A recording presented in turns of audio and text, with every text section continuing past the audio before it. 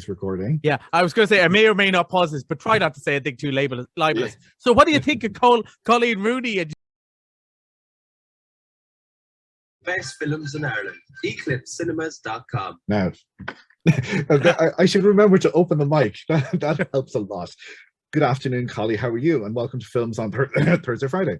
Yeah, Thursday, Friday. Well, this was our original slot chain all of those years ago. So it feels even more like a retro. And seeing as we're talking about some movies that have a sort of retro feel and sequels and so on, in many ways, we are a sequel. We're going back to the original cast members, like the new Jurassic World that's coming up, where they bring Sam Neill back. I feel every time you're back, it's something like that.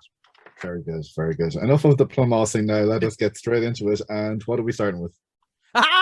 So, little insight to listeners. The one thing I said to Shane is, you pick which one to start with. So he threw me off. Let's start with my background image then. We'll start with Firestarter. Now, many, many years ago, I'd say about 1984, a pal of mine called Carl Murtha gave me a book and he said, look, it's called Different Seasons. There's a story in it called Rita Hayworth and the Shawshank Redemption. You have to read. And I went, oh, but it's Stephen King. Isn't there all scary stories? He goes, trust me, you'll like it. He was right. I've been addicted. I got addicted then. I've been addicted ever since. And I think the second book I ever read was a story about Charlie the Firestarter, which I absolutely adored. And I remember renting the video at the time, which starred Drew Barrymore, and it'd been out a couple of years before, and I hadn't heard about it. I remember being quite disappointed by it. It was just a bit too kind of made for TV 80s.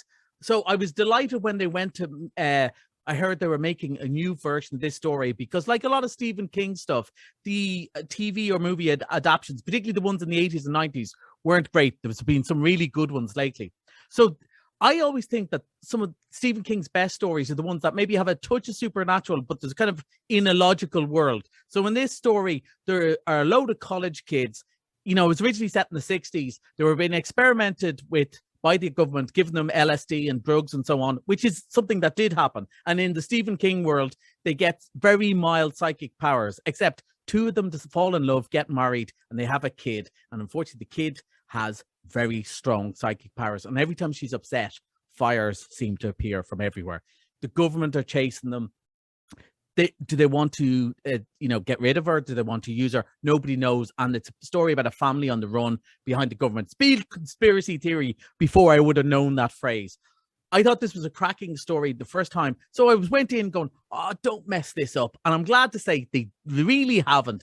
Zac Efron stars in it. I know there'll be loads of people there going, Zac Efron from High School Musical is now playing dads in movie. Yeah, I'm afraid so. Yeah, we're all getting old.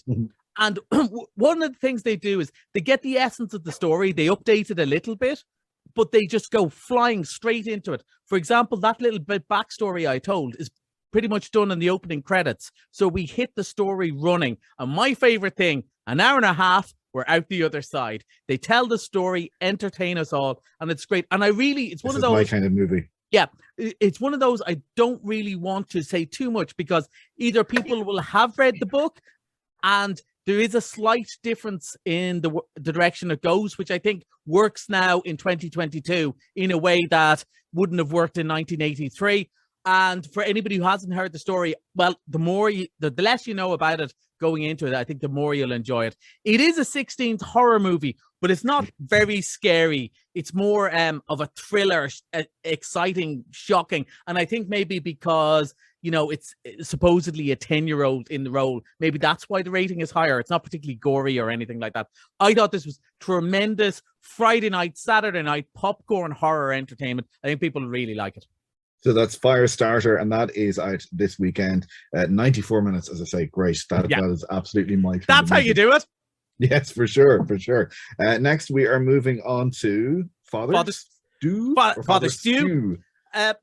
So there was 3 movies this year that I was a bit worried about reviewing, right? And 2 of them have come and gone. One was Downton Abbey 2, which we'll get to again, hopefully, if we have time. The other one was Nan the movie, which thankfully is absolutely gone. And then there's this one, because the last time I was on with you, Shane, we were talking about Belfast, and I was wafted along and started talking about politics. And I could see this glazed look of fear over your face going, oh my God, what's he going to say? We're going to be taken off the air. And now I'm going to talk about the priesthood. And don't worry, It'll be fine. And don't worry, if I do anything wrong, Niall will just clip it and put it on Facebook to drive everyone spare on Facebook anyway. But No doubt. this is a true story starring Mark Wahlberg about a guy who was, he was a boxer, but he wasn't really any good. He was a bit of a no good Nick. He constantly drink driving and getting arrested, causing fights, had a horrible relationship with both his parents. His brother had passed away quite young, and he was very angry and bitter about it, who, through a remarkable amount of circumstances that if it wasn't true, you wouldn't believe, ended up going for the priesthood and became a huge cult figure in Boston. And it's very much Boston, American, Irish. And the reason I wasn't sure about this when I saw the trailer, because it's not that it's Catholicism or Christianity. It's that sort of, I was worried it was that sort of American, oh, absolutely, we're totally Christians, but Jesus would have had a gun and he's my favorite American type of religion, And there's a little bit of that, there's lots of flags in the church and you go, well, what's that got to do with it? But other than that, it is actually a fairly typical bio, that sort of feel good story, even though a lot of bad things happen in this life. And I think people who like this sort of thing will like this sort of thing. I thought it was fine. And I think that's very high praise indeed, because it's really not my cup of tea. But people who like true life stories, people who like a bit of tragedy before the uplifting, that sort of like the big Westlife swell as they stand up off their stools sort of movie, I think will like this. I'm not a big Mark Wahlberg fan, and I'm definitely not a big Mel Gibson fan, and I found it perfectly fine. Now, my bosses will be very annoyed I didn't go more positive, but that's a very honest answer. I think loads of people will really enjoy this. That's not my cup of tea particularly. I figured it out. Yeah, 7th time's a charm. I'm being an actor. Oh, God. You don't belong with those LA folks. They're a bunch of fascist hippies. What brings you here? And I figured no better place to be discovered than the supermarket. Hey, did I see you on a television series? You do movies? You don't work in the entertainment industry at all? No, man. Does Bill know you're fussing with his truck? I'm his son. I'm just borrowing it. I reckon it's a few months worth of cleanups on aisle 4 to pay off a DUI impound. What can I get for you, miss? I got beef. I can see that. Hey! Hey! Let's not waste either of our time. I'm a Catholic. Well, ain't that what confession's for? I can't date someone who isn't baptized. I thought you was gonna say Hispanic. Where's the water? I'll do it now. I know I'm not what you're used to. And not what you deserve either. Life's gonna give you a gut full of reasons to be angry. You only need one to be grateful.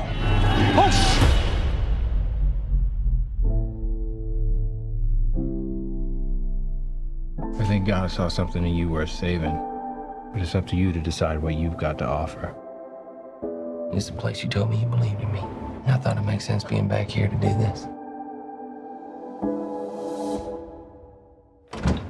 Your son is about to make a huge mistake. Well, I'm gonna be a priest.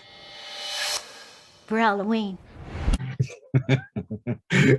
Yeah, there we go. That's Father Stew. That is Irish also today. We've got literally 50 seconds. Which anyone will know. I clearly forgot we had a clip of. That's why I gave the review first. So, no, it was fine. I think people will like it. Speaking of things that aren't my cup of tea, but are more other people's, you've been to the movies, haven't you? Yes, I went to see Downton Abbey the other evening, and I enjoyed it. As a fan of Downton Abbey, I liked it. Few twists, few turns in it. Wasn't sure where it was going at one point, but just a nice movie. A little bit of a sad ending, but no, it was good. If you're a Downton fan, I think you'll like it. Would you think it's more like the series, a little bit more like the series than the first movie? It's more in the spirit of the series. People seem to enjoy it even more than the first movie. The first movie was very popular, but people 100% an episode and a half. Yeah, that's what it was. Yeah, which is what people want. So I think that's great because, as I always say, I'm here to tell people things they might like rather than slag off things they already like. Okay, perfect. That's Downton. That is still in cinemas and will be there for another week. That's it. Yeah. The Batman is missed it Monday. Collie, thank you. Bye. We'll talk to you next week. All right, it's as quick as that. 6 o'clock news is next.